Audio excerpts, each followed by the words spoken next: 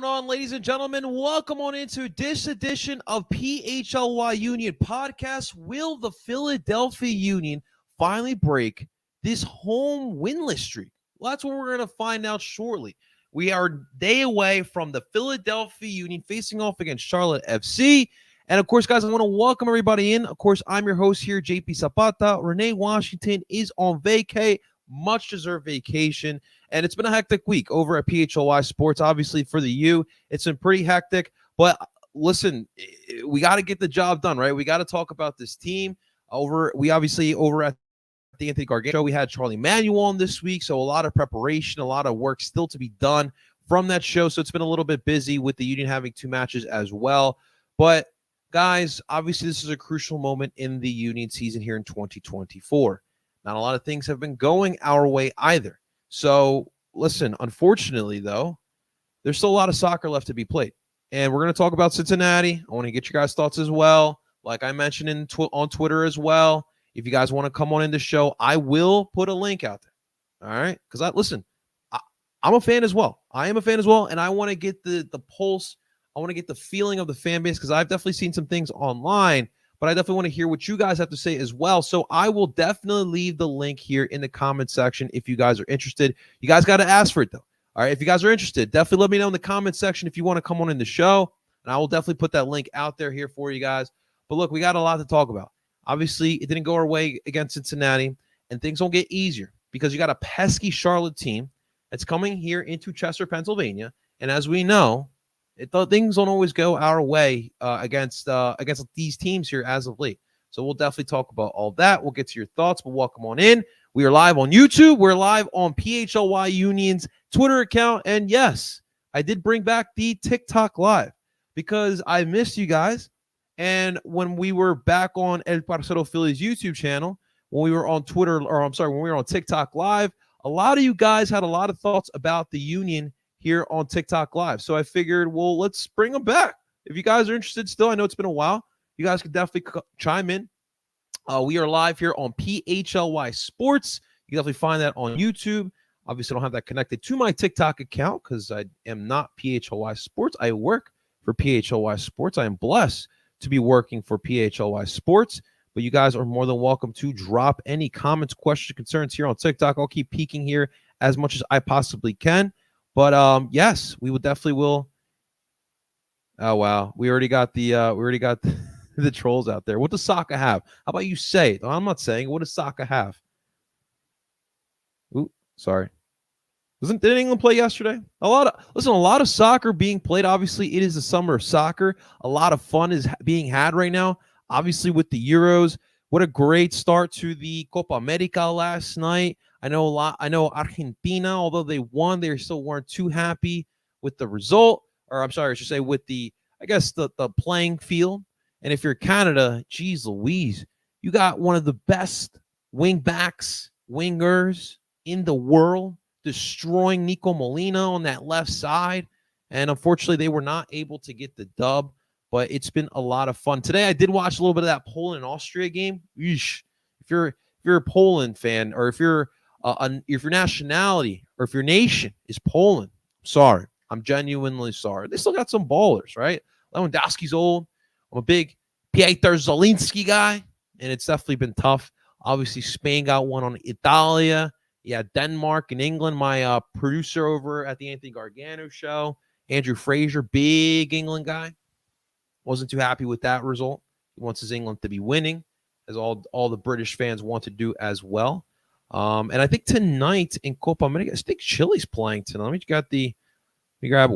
Give you guys, if you got a Euro, obviously, listen. I don't know how many of you guys have European teams or European nations, but drop it in the comment section. If you have a team in Copa America, drop it in the comment section. I want to know what you guys are rooting for here because this is a summer of soccer. We're having a lot of fun with the sport, the world sport, the beautiful game. All right, tonight, 8 o'clock, Peru contra el Chile. That should be a lot of fun.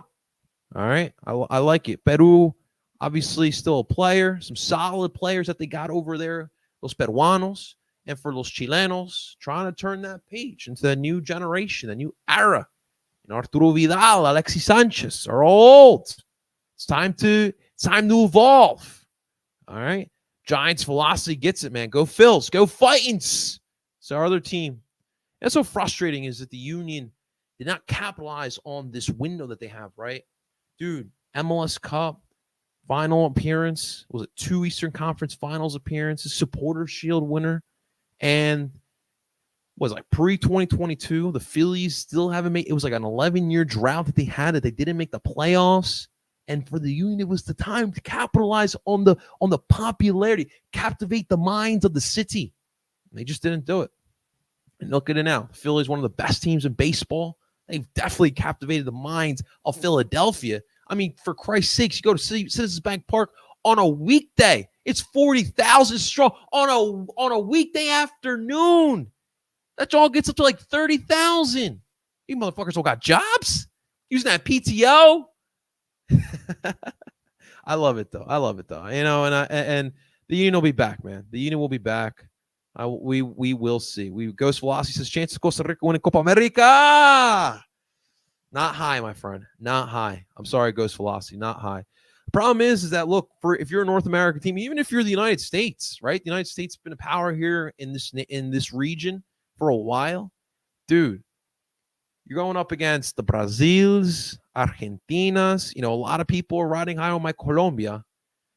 You know, guys know me, you know, tempered optimism with my Colombianos, but it's tough when you got to play those. That's the thing. Like, if you imagine World Cup qualification for North American squads where you also have to, you know, compete with the South American squads, I generally don't like those odds for the United States or for any of those North American teams for that matter. So it should be interesting. But yeah, keep dropping in the comment section. Summer soccer's here. I'm loving it. Should be awesome.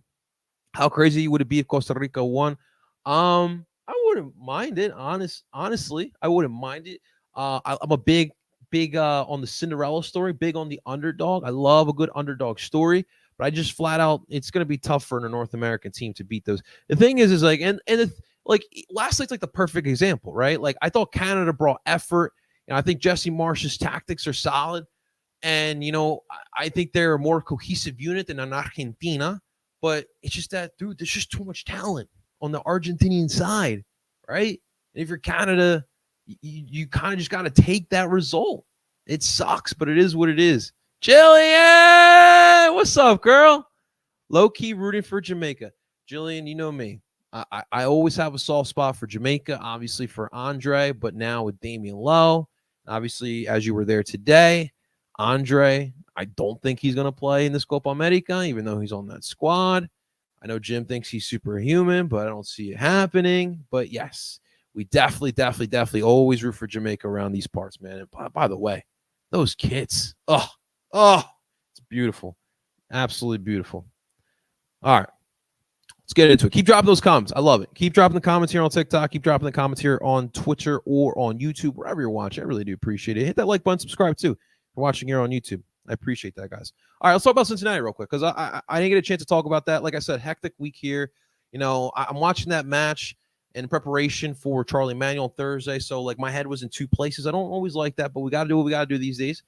But a 4-3 loss against Cincinnati, and it definitely does suck. But I think we did find out some things. We found out some things about the squad. And number one, more importantly, a lot of talk about Jim's job status now, and we'll get to that in a second. But we found out that this team has not quit on Jim Curtin. Because what I saw on Wednesday, and especially think about it, the match prior against Inter Miami, it's a terrible way to lose. 9 men in Inter Miami, you were up 1-0. You had a solid first half, and you lose like that, 2-1? Unacceptable. So you move into the midweek match, maybe, you know, depending on how you look at it, maybe a little bit of revenge for the U. Obviously, we all know how the season ended last year in the second round of the Eastern Conference Finals. Or Eastern Conference playoffs, I should say. And, you know, controversial call at the end. So how do you turn back around this season and go up to Cincinnati again? And how does that feel? What's the feel of that? Well, you know, when you're missing quite a few amount of players, obviously one of them gets sold, or we're still waiting for the official word from the U. We don't know what to expect. Injuries as well, missing a couple pieces. Andre Blake, the big one.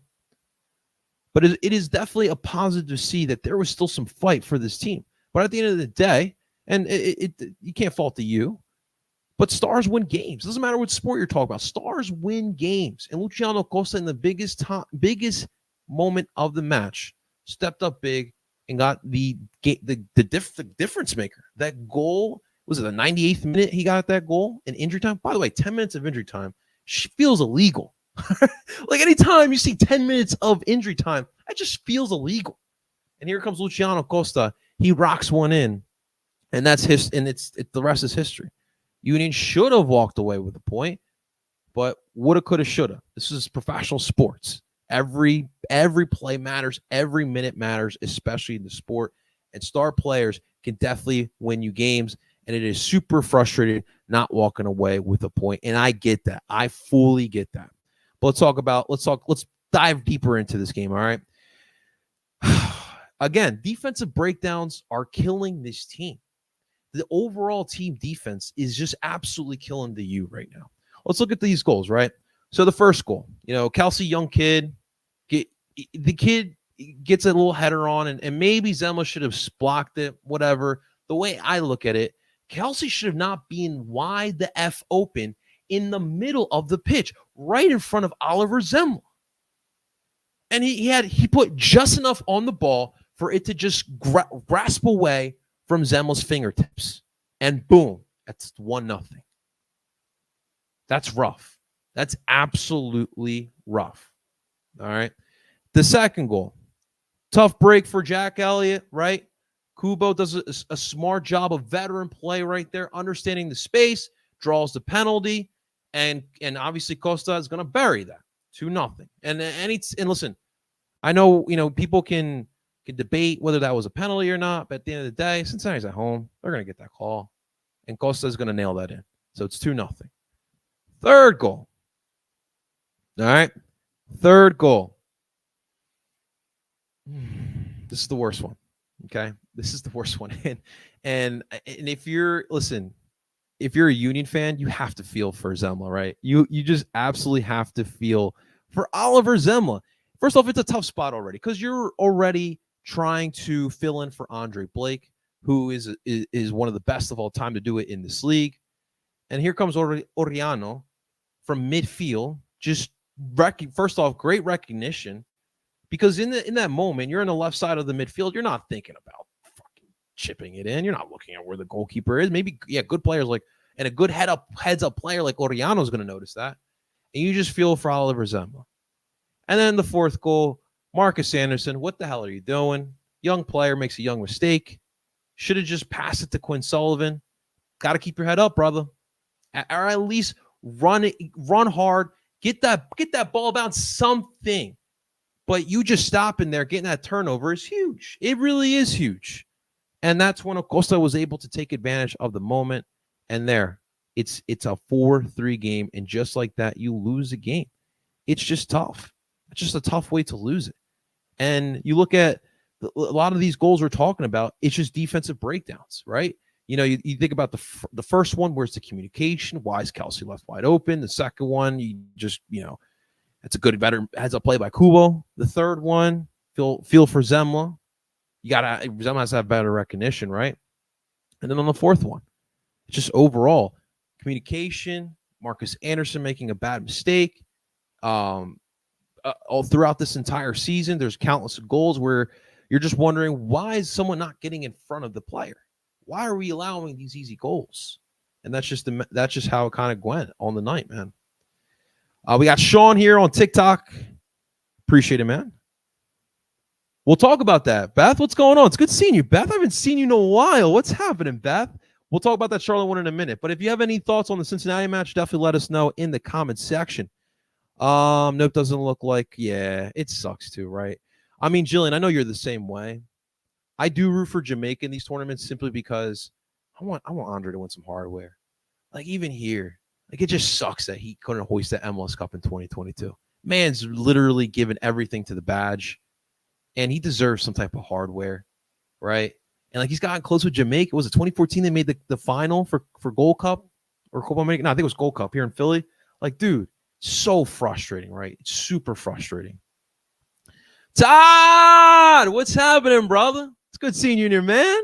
Todd Lewis, make sure everyone's checking out the Free Kick Podcast. Another one of our great Philadelphia Union podcasts we have here in the city, including the one team that we can both agree on. Love Jillian, love Kyle. Todd spitting facts. Todd's always spitting facts, man. That's what he does. I think we're playing too many guys out of position. And it's funny you bring that up, Jordan. It is funny you bring that up because one of the gripes, one of the debates about Jim Curtin is his lack of flexibility with tactics in mind. And that's part of the reason why a lot of people have him on the hot seat, and it is true to an extent, right? Like if you're a coach, you got to work with what you got. But if you look at Jim Curtin's situation, and I'll dive deeper into this in a little bit, but if you look at Jim Curtin's situation, dude, you can't just flip the script and just throw out a 4-3-3. It's funny, by the way, the lineup. If anyone was watching on Fox Sports, I wanted to try something new. I didn't watch it on Apple TV. I watched it on Fox Sports this week. Fox Sports put out the starting lineup for the year, and they put out a 4-2-3-1. They had Olivier Mbaizo on the left as a wing, and then Jack McGlynn on the right. I think I put the graphic on Twitter, man. It was hilarious. It's absolutely hilarious. Like Jack McGlynn as a winger. Come on, man. Which is ironic because Jack kind of like played as that central mid, like at that 10. He kind of dropped a little bit deeper with Tai Baribo. We'll talk about Tai and Ua in a second, but Tai Baribo kind of roaming around under Ua and in between Jack McGlynn. But I thought it was so. But yes, you can't move guys and play them out of position. I don't think that was the case here on Wednesday per se. I think Jack was a little bit kind of out of position. I just think that he works better in a deeper line as a midfielder, especially as a defensive midi. But that's a good point, Jordan. Appreciate you coming here, brother. Appreciate you coming in. Corn, I literally just looked over, Corn. But what's going on, brother? This is PHLY Union Pod. I appreciate you coming on in. I'm going back and forth. We got YouTube here if you want to come on YouTube. We're live on PHLY Sports. We're live on PHLY Union's Twitter account. But you can drop your comments in here. We're talking Union. We're talking Cincinnati. In a second, we'll talk about Charlotte FC in a little bit. I appreciate you coming in, Corn. It's all love, brother. All love. Look at all these young players that they're playing, right? You got Marcus Anderson out there, comes in the second half. Chris Donovan comes in the second half. Chris Donovan comes in the second half. Like I said, Quinn Sullivan comes in the second half. Jack McGlynn starts. Rafa comes in the second half. Nate and Jesus start. It's a lot of young players, right? And it's cool. Like a lot of people want to see the young players, right? And me too. I want to see the young players too, especially like right now. You got some injuries. You got some guys on international break. And the whole thing with this squad or the way this team is built, the makeup of the squad, the youngsters, right? The youth academy. And a lot of people want to see what this youth academy is all about.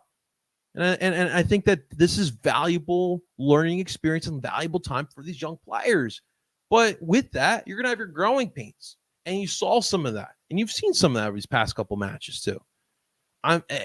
We'll get to it in a second because I have some deeper thoughts about that. But you're going to have your fair share of growing pains. So let's talk about Oliver Zemla, okay? I real quick want to talk about Zemla. He's in a tough spot, okay? And I don't know where you guys are at. I'm curious where everyone's at with Oliver Zemla. Please leave it in the comment section. But for myself personally, I think he's in a tough spot. Right now, he's replacing the best goalie in MLS history. Yes, I said it. The best goalie in MLS history. He's got a team right now that's a little bit dysfunctional. I mean, we can all see it. This defense, these goals are being allowed. We did not see this a year, 2 years ago. No. So he's put in there in a situation where it is not conducive for a young goal. He's still young. His first season in the MLS. Now, throughout this season, while he's had these opportunities to get in there, I've seen some good stuff from Oliver Zemla. I have. I think mentally, I saw some good stuff. Making some big saves in Champions Cup, right? But it's tough with these young players because they are so wishy-washy when it comes to the mental build. Oliver haven't had a full season in this league. He doesn't have something to kind of, rely on. So you're in a tough spot right now where you have to kind of manage his confidence. Now, I asked a question to Jim today about Oliver Zemla, where we're at with his confidence. And, he kind of gave me an answer that, didn't bode confidence in the young kid, which I get it. You're analyzing everything. And then that's what he said. We're analyzing everyone on this pitch. Everyone on the squad, including Oliver Zemla. but like it just doesn't feel like, I didn't sense too much confidence when discussing Oliver Zemla. And it's tough because what are you going to do right now? We put Holden Trent in there? Put Andrew Rick in there? No. It's a tough spot to ask of a young goalie. And you just worry that the bad play from the U as a whole can affect him long term. It's very possible. It's like, like any young player, like, dude, the young quarterback is the best example. How many times have you seen in the NFL young quarterbacks get thrown in there into tough spots and a team is not ready to have a young quarterback? The team is not suited for a young quarterback like that. And there goes their career. Now we'll see. Now, obviously, that goal, the Oriano goal, is unacceptable. Truly unacceptable. But we're going to have to wait and see. We don't have any better options. Jim seems to think at least 2 weeks until Andre can even see the pitch to train, let alone start in a freaking match. So right now, you got to roll with the Zemlers. And we'll see how that plays out, man. Let me see. Appreciate that, Todd. Thank you so much, man. The fact is, Zemla was tasked with way more than expected. Amen, Jillian. Absolutely. And sooner than expected. Still better than Bendick, but probably would have been. 100%. Listen, this has probably been the best backup goalie, I guess I would say. I'll take that back because I really did like Carlos Coronel in 2019. I thought he was really, really solid. But this is definitely, I think he's a solid backup goalie. I thought that there was a glimpse of hope that he could be a starter one day. You're obviously still looking for at the future. I know Andre just signed that contract extension, but you always got to be thinking about the future. And, I love what we did with Matt Freese for those couple seasons. You were, getting him prepared for that opportunity. And look, he's doing a great job at NYCFC, one of the hottest teams in the Eastern Conference, at least. And you see what he's doing. I was hoping the same thing with Zemla. And it's still time, but you got to better the play. You got to do yourself some favors and make Oliver Zemla's life easier, man. And that's just the name of the game here. But it is absolutely tough spot to put a young Zemlers, and you absolutely feel for him. Saw some questions here about Raffagnello. How about Raffagnello playing at right wing back by that game-winning goal by Costa Mbaizo out at that time in the game, and they played Rafa as a wing back. Didn't get that at all. I did not get that at all. And that raises another question, Todd. Like, what do you do with the 10 position? We obviously know we have Gazdag, but like when you don't have Gazdag, what does that look like? Right? Like, obviously, this team is not suited for a 4-3-3 or just not having a central attacking midfielder. And so I thought Raffagnello was going to be that guy, and he looked really good in that Portland match when we had to rely on him earlier on in the season. And then we're throwing him out on a wing position. It's just interesting. But I do hope it's something that the Union do look at in this offseason. We had was Danciano on Twitter. Shots to Danciano, getting that liquid courage off of some of those Cervezas, asking Sugarman about what he wants in this summer window. A killer in possession. Are we getting ourselves another killer in possession? We'll see. But I thought that was funny. Where we at? If they're analyzing the whole squad based on how well Baribo played, they're miles off their analysis.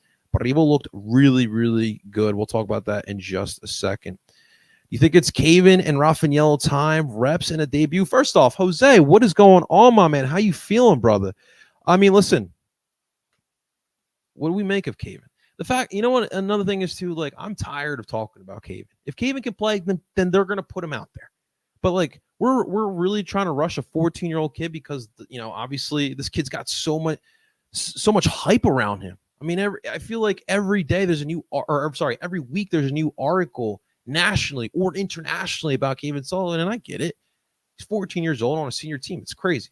But, like, are we really relying on Caven Sullivan being the savior of the season? I think that's absolutely wild.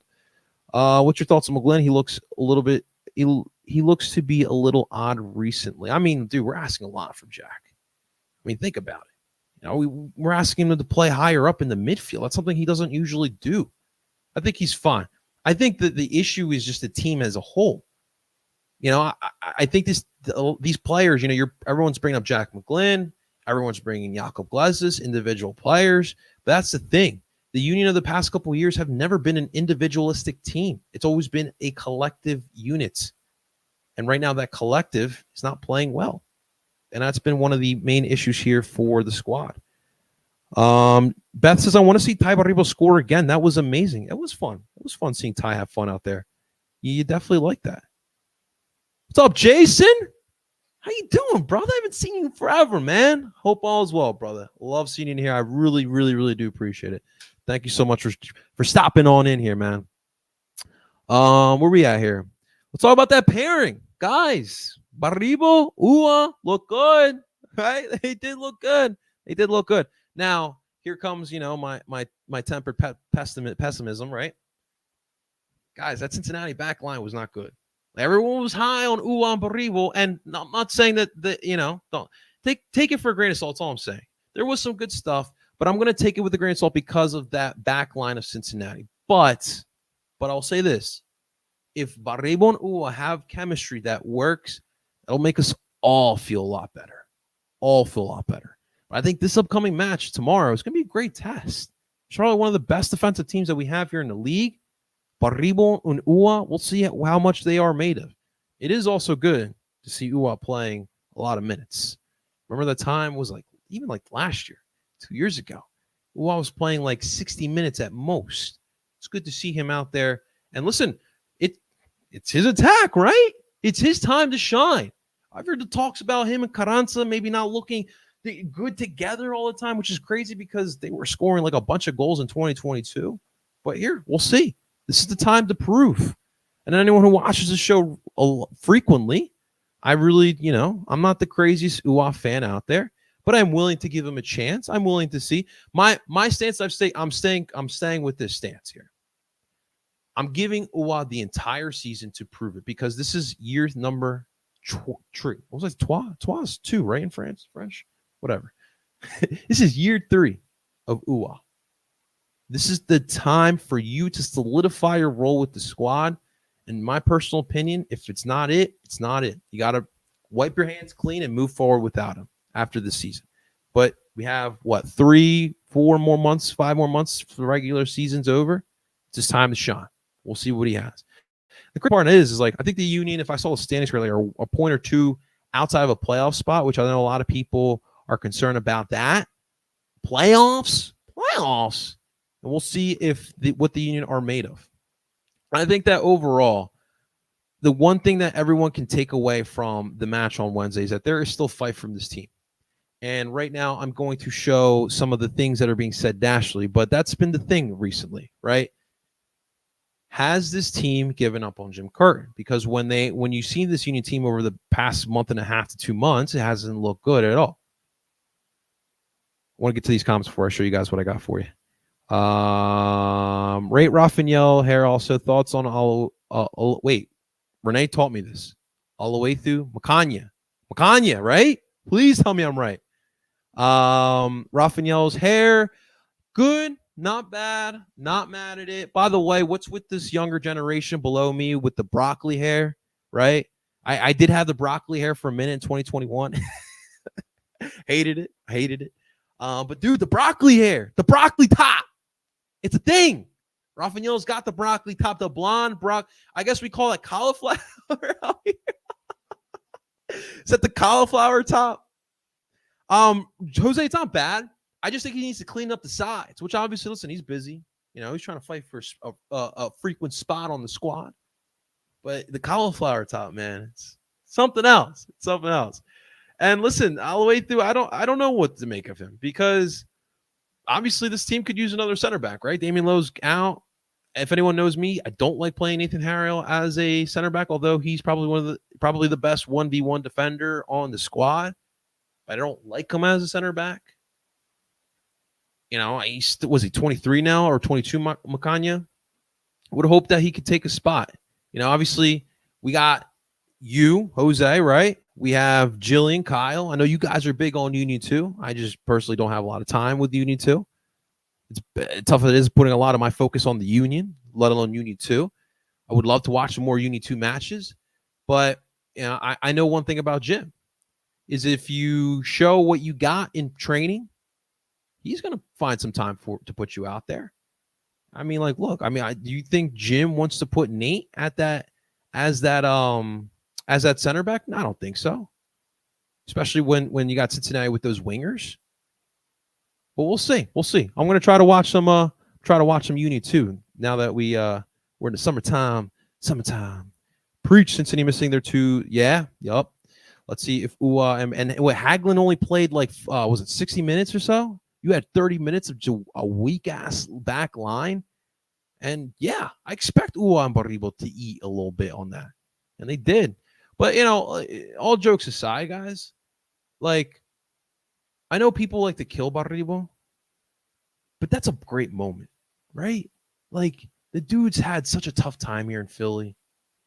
And I'm not going to talk about what's going on over in Hamas, but as a human being, right? Like looking at Baribo, he's got family back in Israel. And listen, wherever you stand on it, we respect it, right?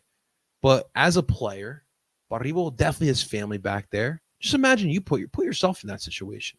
Your family's back there. You don't know what's going to happen. You're millions of miles away here in Philadelphia.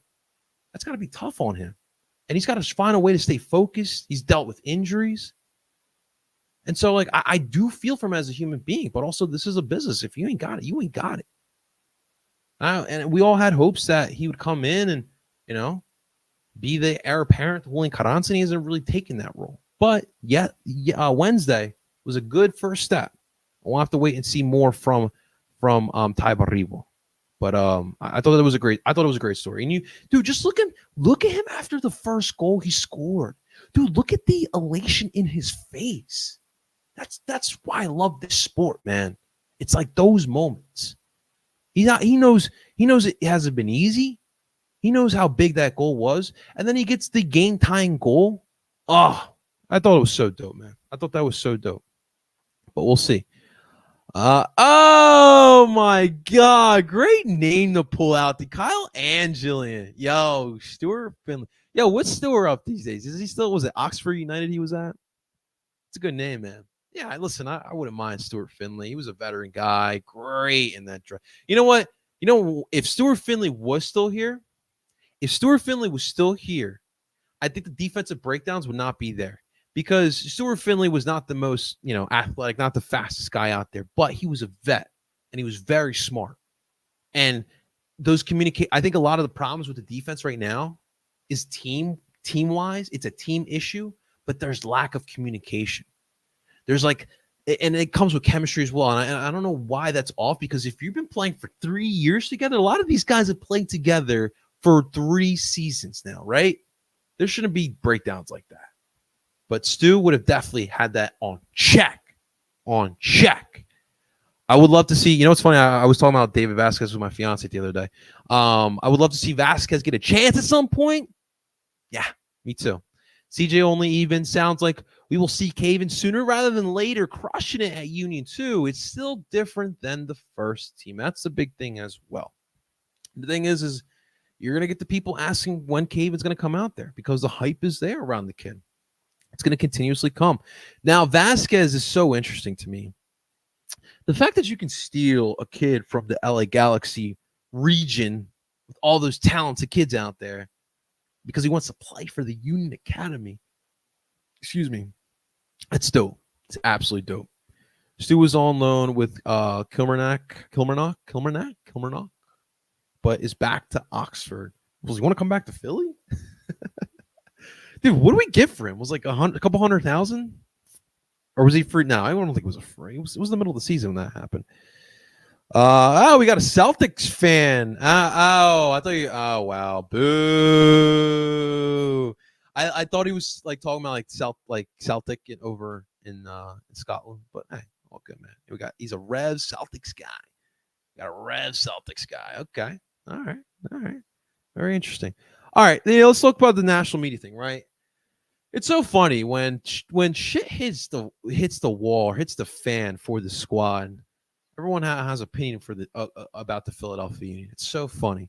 I kind of want to react on a couple of these. So first off, I know everyone's seen this one, but let's look first at the very own Charles Davies here with what he has to say, whether or not we should be worried about the Philadelphia Union. Hope you guys can hear this. This is for sure uncomfortable territory. I asked this question yesterday, but you weren't here, so I'm going to ask you. From Chat Aqualasso, guy, America. Jim Curtin, how warm is his seat at this point? I think the sporting director, Ernst Tanner, has, in my mind, has always been non-committal to Jim Curtin. It hasn't been like outwardly saying, this is our coach of the future. No matter what, we're backing him, even though Jim has done an incredible job, right? Incredible job. We love Jim. And he's very good at the balance of coaching youth, because he had the background before taking over the job, coaching youth and mixing it with experienced professionals and figuring out a good balance. So he's one of the nicest guys you'll ever work with, 100%. But I do think Ernst Tanner has a certain demand and expectation every season. And if this continues, that seat is going to be much warmer. You know, he has a big summer. I think Jim Curtin, sorry to interrupt. No. Jim Curtin, I think, has earned the right to at least fulfill the rest of the season unless it gets really bad. And I don't foresee it getting really bad. There's a big summer coming up, and you know, you're losing a player. Like, give them that benefit of the doubt. It's bad. I think post MLS Cup final, post MLS Cup, this is the lowest that Philly has gotten. Yeah. You don't think the, sitting in the My interrogation seat is more Ernst Tanner than Jim Curtin on why the results are the way they are? You don't think, to some degree, Jim Curtin has done enough with not a lot in the past, that he's proven that he's a really good coach that right now doesn't have a lot of pieces to work with? No, because then the same answer would say, well, you've done a lot with not a lot. Keep doing it, or we'll find someone else to do the same thing that you just did. Do a lot with. Okay, I just feel like that's a difficult proposal for anyone. Well, that's I think the reality of a lot of clubs in Major League Soccer. I know, but I think the flip to that would be, if I've shown you I can do a lot MLS Cup finals with not much, give me something. And I think Jim Curtin would be right to ask for that. I don't know that, and that's why I said yesterday, I don't know if his seat's too hot. I feel like the spotlight should be shined on the front office, not Jim Curtin. It's not too hot.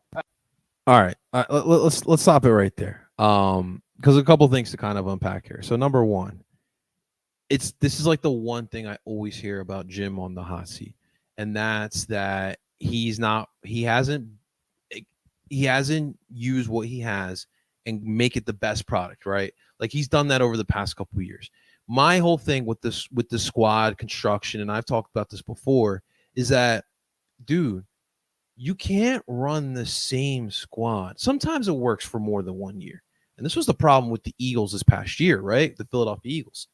You cannot run the same squad, no matter what sport it is, every single season. There's gonna be, listen, the film is out there. All right. 3 seasons worth of film is already out there. The same tactics, the same philosophies, the same squad. You've been running the same thing. And Charlie's whole thing is that you gotta essentially, turn lemons into lemonade. And Jim has done that. But you need some type of something different, some fresh air into that locker, into that dressing room. And the one thing that made the Union so good, I should say, there was competition. Like, if you look back at like 2020, 2021, there was competition in every single position throughout the pitch. Every single position. There was depth all over the pitch. You can name the backup of every position. Every position. You can't do that anymore. If you're a starter on this team, you have nothing to worry about behind you. There's nothing really worth trying to take your spot. And now you're running into the problem with international break, injuries. A couple of these players are old as well. And and the thing is that, by the way, I have my own beef with Charlie Davies, but Charlie literally spent 1 to 2 seasons here in Philadelphia. He loves his New England. He loves the Revs. He's a Revs guy. He knows nothing about the U. He knows nothing about what's going on. And of course, my boy, love you, Alexis. I love you, Alexis Guerreros. Spot on. This is on the front office. This is truly on the front office. And what's this Charlie saying that he doesn't think that Ernst has been too keen on Jim Curtin. You gave him a fucking contract extension. What do you mean too keen? By the way, Ernst is also not a man of many words either. Like, he's typical German. Like, he's not the warmest guy, right? But he gets down to business and he knows what he has a vision of what he wants and he goes for it. What do you want him to say? What do you want Ernst to say? I love Jim Curtin. Jim Curtin's the best coach I've ever been with. Like, what do you want him to say? What do you want him to say? So, like, the Charlie Davies of the world are just going off of couple matches that they've watched, not being entrenched of what's going on, right? Alexis, because he's been part of the Cooligans. Everyone in Philadelphia, especially if you're a Union fan, you love the Cooligans. We're always reaching out to them. We're always letting them know what's going on. So he knows what's going on. This issue right now, and listen, I don't think Jim deserves to be fired, but let's be realistic. This is a business. If this run continues to happen, he will get fired. I really do think he will get fired. He doesn't deserve it, but he will get fired. And so we'll see. You saw some positives on Wednesday. They fought. But we're going to have to wait and see if they can continue that fight, right? And it's going to start here against Charlotte FC, hopefully. Really hopeful for that one. All right. Then let's look here at Taylor Twellman. This is from Jonathan Tannenwald. He was quoting what Twellman said. By the way, if you guys didn't know, Twellman for a couple minutes was the TV broadcaster before he became the Taylor Twellman, Mr. ESPN, now Mr. Apple TV. He was with the U. Was that back to Comcast Sportsnet? I think that's when we were with Comcast Sportsnet. I did watch a couple of those matches where he was the broadcaster. I was young. I was a teenager. But I do remember that. I really do. So Taylor actually said, and this was after Julian got, the Julian stuff came out. He said, I would be stunned if Philadelphia this summer doesn't go out and try to find an extra attacking player. This is the funny part. He says an extra attacking player or two.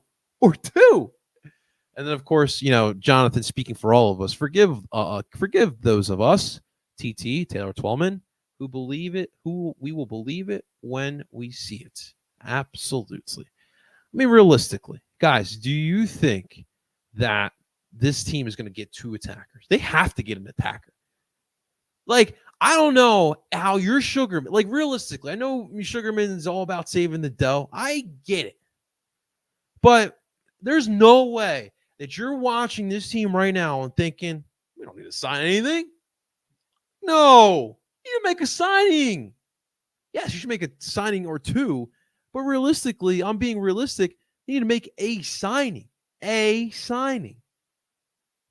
So, I mean, it's just, it is interesting. So, in national media, and this was always going to happen, right? And I mean, we get this in the other sports too. Like, the thing is that, like, there's tensions on the Union because when you go from one of the best in the league for half a decade to now shit's hitting the fan, everyone's panicking, this is what happens. People are going to start making these takes. Two things. Jim is kind of like a light version. No, I don't agree with that. I mean, dude, first off,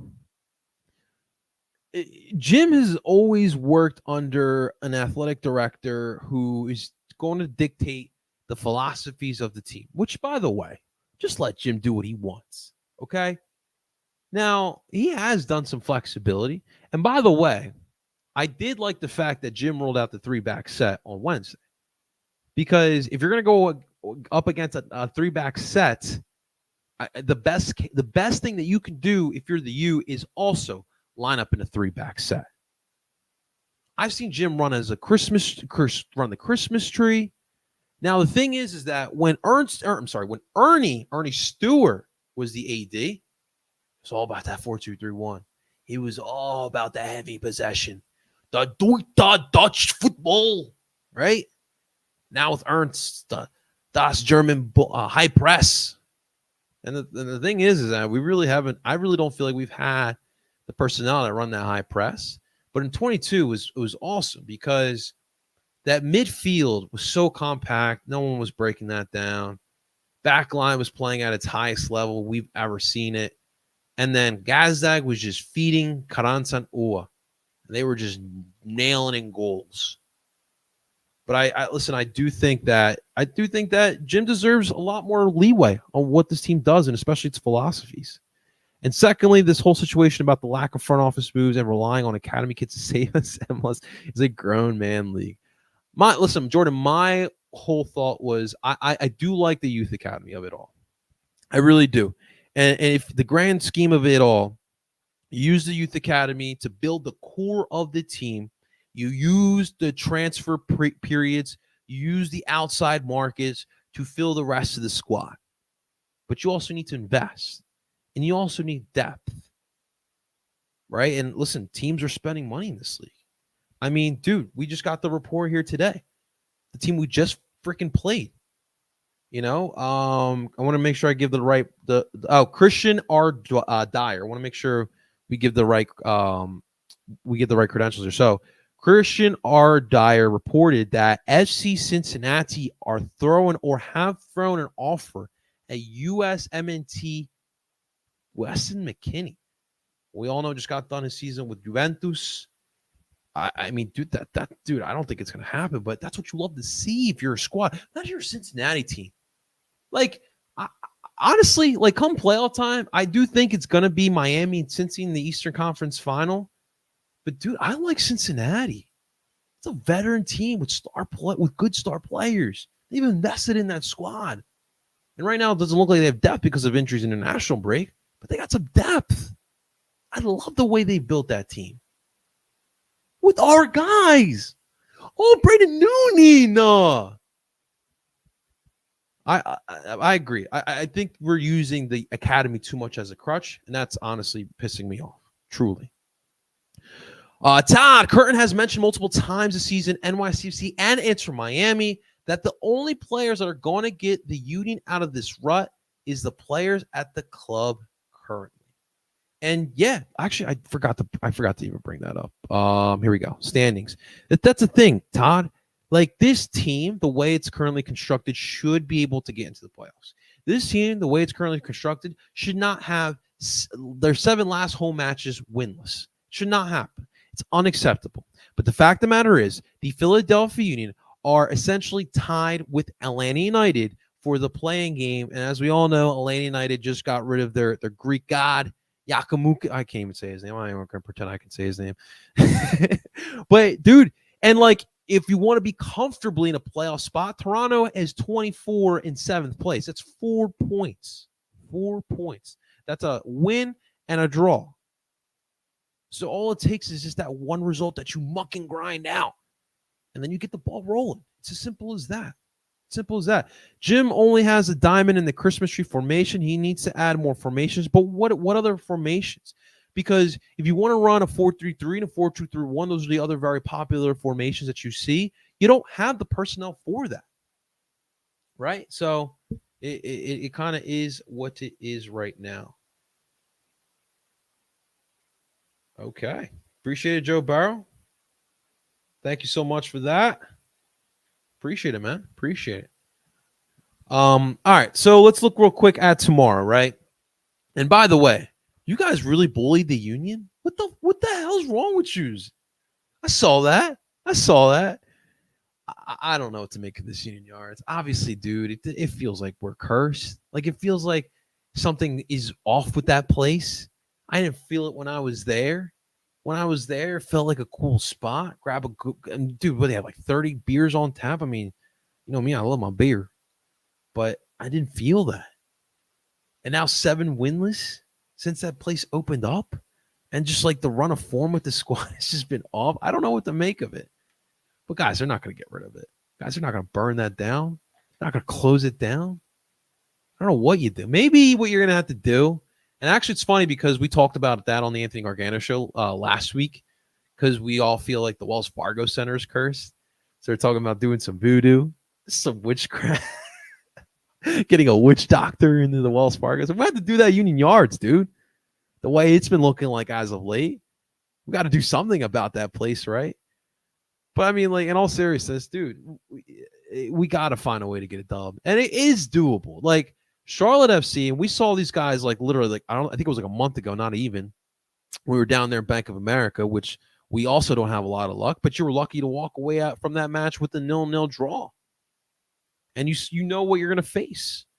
You know, in today's press conference, we had Jillian in the comment section. She was at the press conference today, asked a fantastic question as she always does.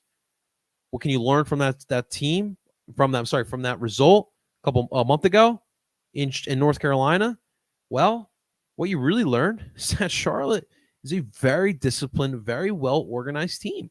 They don't have star players. If I'm not mistaken, I don't even think they have a DP. You guys can correct me in the comment section, but holy crap. They're playing great soccer, and that's a lot to do with Dean Smith. He's a great manager. What he's done over at Charlotte is spectacular. And one thing that the Union have struggled with as of late in their form is they made a lot of mistakes. A lot of bad football, right? A lot of bad soccer. You know, if Marcus Anderson does what he did against Cincinnati to lead up to the Luciano Costa goal, oh, dude, Charlotte's going to make you pay. That's the thing. You make mistakes against Charlotte, you're going to lose to them. But as good as this defense is, I was just looking it over.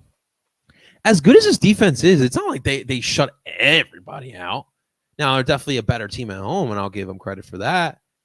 But, you know, they allowed 2 goals against Orlando City, which they do have a really good attack. What the heck just happened to my screen? Just disappeared. All right, here we go. Against Atlanta, without the Greek on, they allowed Atlanta to score 2 goals. They allowed the Red Bull to score 3 goals. So as good as this defense is, like you can score on them. And I want to hope that, you know, Baribo and Uwa can build off of what they did against Cincy. And this is going to be a great test because, like I just said, Cincy had a weak back line especially a good part of the match, especially with Hagelin went down. But with Charlotte, though, solid back line, but together as a team, as a unit, they look really good. They do a really, really good job, man. Really good job. I really don't know what to expect tomorrow. I really don't. Because like every match I'm going into, I'm just hoping that they can find a way to break through. Find a way to get that win. And like they don't need to have like a 4 or 5 goal game, right? They just need to find a way to get a win. 1-0 does plenty. Okay? Especially at home. Jim talked about it in the presser today, getting that home crowd into it. Well, Jim, you can't just ask the fan base to just get into it. They need a reason to get into it, right? You put a goal up early in the first 15, that crowd's going to be super behind you. You know, if Jakob Glesnes gets a nice slide tackle to prevent a goal, that's going to get the crowd into it, all right? If you get like, who's a young kid that may start? If you get Jesus Bueno getting another goal, by the way, Jesus Bueno, my God, man got lost in translation this season. It's not really his fault. His midfield depth is pretty good. That's the only place we really do have depth. Now it's kind of took a hit with Ali Bedoya's injury and Daniel Gazek away on international break. Which, by the way, I watched a Hunger game against Germany. Oof. Feel for them. Well, at least we'll get Daniel Gazak back early, but it's another one. Like it's the same thing with Andre Blake. I want to see all these guys win something, right? Some type of hardware. Or I mean, I know Hungary's not going to win a Euro like that. That'll never happen. But it's seeing Hungary maybe win 1 or 2 matches in the round of 16. Be sick, super sick. Except for Venezuela. I'll root for Venezuela unless they're not playing Colombia. It's always tough because we always have that border rivalry. But you know, I love my Venezolanos. But the arepa is Colombiano. Don't forget that. And Zemla. I mean, dude, I know it's not all on Zemla. Like we talked about Zemla earlier. It's this the mistakes are not all on Zemla, but you are worried about his confidence. You are worried where he's at mentally. To allow that goal from midfield, it's just rough, man. I want to believe it, Jordan. I want to believe that tomorrow's going to be a win. I really, really, really, really, really, really do want to believe it.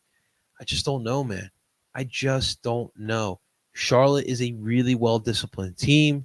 The Union have not been as disciplined as of late. It's not a recipe for success. But, you know, one thing I will say you have going for you is, number one, this is the MLS. We've seen some crazy things. I mean, Tai Baribo got 2 goals after not scoring any goals in his MLS tenure. He almost beat Cincinnati. Well, you almost drew against Cincinnati. I guess you could have almost beaten them technically. But, anything can happen. And then you have a bunch of young kids. And when you have young kids like that, especially like Charlotte, who, although they do play well-disciplined soccer, any world beaters on that team, there is a possibility that, listen, you can get, especially if you get a goal early, when they even have a goal typically to start it off and they score first, typically good things happen to them. So we shall see. I think the lineup, let me see. Well, hold on. First off, hold on. Wait a minute. Y'all thought I was finished. I think tomorrow you stick with the 4-2. I'm sorry. I was about to say 4-2-3-1. Can you imagine, guys? I think you stick with the 4-4-2 diamond. Zemlin goal. Kai. Wait, did Elliott? No, I don't think Elliott got suspended. He was getting close to yellow card accumulation, but I'm pretty sure he's going to be available for the smash. But Wagner, Elliott, I'm going to go with Glesnes. The right back's tough, right? Because I kind of do want a Bizo in there. I want that creativity from that wing. But I could see Harrell getting that start there. I'm going to go with the Bizo. So I'm going to go with Wagner, Elliott, Glesnes, and Bizo. Midfield diamond, Flocky boy. Dude, Flock's been solid as of late, man. Give me the Flocksters at the left. I'm going to go with, I'm sorry. You know what? Let's go with Jack at the left, Flock at the 6. Give me Jesus at the right. I want to keep him there. I want to keep him there. I want Quinn coming off the bench. You know what? Oh, dude, no Gazdex would be tough. Give me Quinn at the 10, unfortunately, because the Gazdex out. And then I'm gonna obviously go with Baribo and at the 2 forwards, and again, and hopefully that's gonna create enough attack there, especially with Quinn. Quinny boy is not a forward right now, and Quinn. We haven't talked a lot about Quinn, but he's dropped off a little bit, just a little bit, and hopefully it's not a confidence thing as well. But we'll see how they bounce back. But that's how I would line up. I think it's going to be a 1-1 draw. I don't think the Union get the win. I think we're going to still be winless. It's going to be 8 matches. 8 matches. It's bad. Yeah, I got a 1-1 draw here for the Union. We'll see what happens. Charlotte's not going to be easy. Guys, in the comment section, let us know how you guys feel about this upcoming match here tomorrow night. Subaru Park, Charlotte FC, Philadelphia Union. We will see what happens. Guys, that's going to do it for this edition of PHLY Union. We'll be back live in studio on Monday afternoon. Make sure you guys stay tuned for that. Renee Washington will be back. It's going to be a lot of freaking fun. Can't wait. Let's go. And Union, please, for the love of Christ, get a freaking win. I'm begging you. Please get a win for the city. Please get a win. Oh, my God.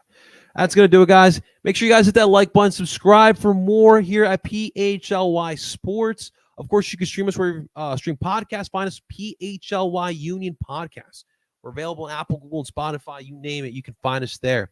Until next time, ladies and gentlemen, I go by the name of JP Zapata. We will see you guys next week. And as always, do ball. We all silly like the mayor.